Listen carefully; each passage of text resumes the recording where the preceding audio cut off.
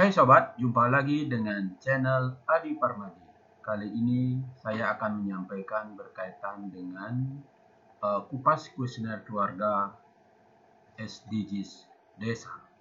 Berdasarkan jumlah pertanyaan kuesioner keluarga, jika dibandingkan antara pertanyaan kuesioner yang ada pada dashboard SDGs dengan kuesioner SDGs yang berbentuk hard copy yang kita gunakan melakukan survei di tahun 2021, ada perbedaan jumlah pertanyaan.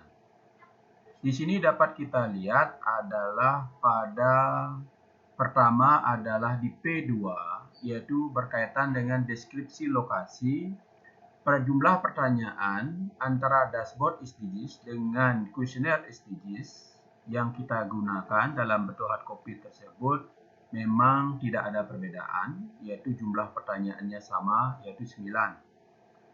Kemudian untuk deskripsi keluarga yaitu P3, di sini ada perbedaan jumlah pertanyaan, di mana pada dashboard SDGs terdapat 3 pertanyaan, sedangkan pada kuesioner SDGs yang berbentuk hard copy terdapat 2 pertanyaan, sehingga ada 1 perbedaan. Kemudian yang ketiga yaitu berkaitan dengan deskripsi P4 yaitu permukiman. Nah, di sini kalau kita lihat jumlah pertanyaannya yaitu pada dashboard SDGs terdapat 28 pertanyaan, sedangkan pada kuesioner SDGs yang berbentuk hard copy yang kita gunakan dulu yaitu sebanyak 25 pertanyaan. Sehingga di sini untuk pertanyaan pada permukiman ada 3 perbedaan. Nah, kalau dilihat secara total, perbedaan jumlah pertanyaan kuesioner keluarga SDGs desa antara dashboard SDGs dengan kuesioner SDGs yang berbentuk hard copy yang kita gunakan di tahun 2021, yaitu untuk dashboard SDGs terdapat 40 pertanyaan, sedangkan pada kuesioner SDGs terdapat 36 pertanyaan. Sehingga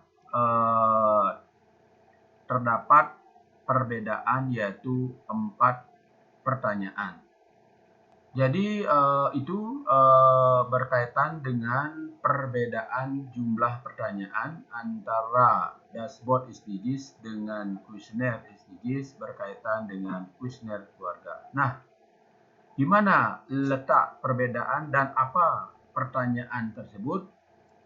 Baik, ikuti terus tutorial ini. Baik sobat, kita lanjut untuk melihat di mana letak perbedaan pertanyaan antara kuesioner yang ada pada dashboard SDGs dengan pertanyaan yang terdapat pada kuesioner SDGs yang berbentuk hard copy. Nah, pertama di sini kita sudah buka yaitu aplikasi dashboard daripada SDGs kemendesa.go.id. Kemudian di sebelah kanan kami tampilkan adalah kuesioner SDGs yang berbentuk hard copy, yaitu dalam bentuk Excel. Nah, di sini kami sudah modif berkaitan dengan pertama di kolom A ini adalah menunjukkan berkaitan dengan nomor kuesioner yang ada pada dashboard. Kemudian di kolom B ini kami sudah bedakan, kalau ada yang kami isi warna hijau, ini artinya pertanyaan tersebut ada pada dashboard, sedangkan pada kuesioner tidak ada. Nah, di sini kami sudah tambahkan. Baik teman-teman, pertama kita akan lihat di mana letak perbedaan pertanyaan dari dashboard SDGs dengan kuesioner SDGs tersebut. Pertama kita lihat pada deskripsi lokasi yaitu P2. Nah, ini P2. Seperti yang kami jelaskan di awal, memang tidak ada perbedaan, yaitu jumlah pertanyaannya yaitu sama. yaitu dari P201 adalah provinsi, di sini bisa kita lihat, sampai dengan pertanyaan P209, yaitu kalau kita lihat di dashboard yaitu pertanyaan nomor 10. Nah ini teman-teman kita lihat yaitu di nomor 10 itu adalah nomor telepon kabel atau rumah. Berikutnya kita lihat adalah di deskripsi keluarga atau P3. Nah, di sini terjadi perbedaan, yaitu seperti yang kita jelaskan di awal, ada satu pertanyaan yang di kuesioner SDGs yang kita gunakan di tahun yang lalu, yaitu tidak ada muncul pertanyaan berkaitan dengan jumlah anggota keluarga. Nah, di sini itulah yang menunjukkan perbedaan antara di dashboard SDGs dengan di kuesioner berkaitan dengan deskripsi keluarga. Dapat kita lihat di dashboard itu adalah dengan pertanyaan nomor 13. Nah ini, jadi di sini ada pertanyaan yaitu jumlah anggota keluarga termasuk kepala keluarga. Nah ini untuk di kuesioner sudah kami tambahkan. Berikutnya, untuk deskripsi P4 atau permukiman, yaitu ada di sini perbedaannya adalah kalau kita lihat di dashboard itu adalah di nomor 63, 64, dan 66. Jadi inilah tiga perbedaan pertanyaan yaitu antara di dashboard SDGs dengan kuesioner. Jadi kalau kita lihat di dashboard SDGs, kita lihat adalah nomor kuesioner 63, 64, dan 66. Nah ini teman-teman, kalau kita lihat pertanyaan di mana pada kuesioner yang kita gunakan dalam bentuk hard copy melakukan survei di tahun kemarin itu tidak ada pertanyaan ini. Sedangkan kalau kita lihat di dashboard ada yaitu di nomor 63 berkaitan dengan berapa jumlah anggota keluarga yang menggunakan transportasi umum dalam sebulan terakhir. Nah ini sudah kami tambahkan pada kuesioner. Berikutnya adalah di pertanyaan nomor 4 juga sudah kami tambahkan yaitu berkaitan dengan berapa jumlah anggota keluarga yang menggunakan transportasi umum pada bulan sebelumnya.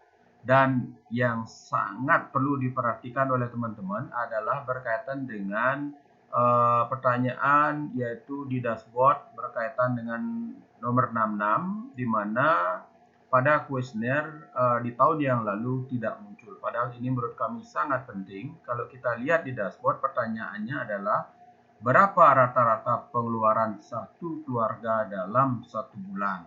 Nah ini.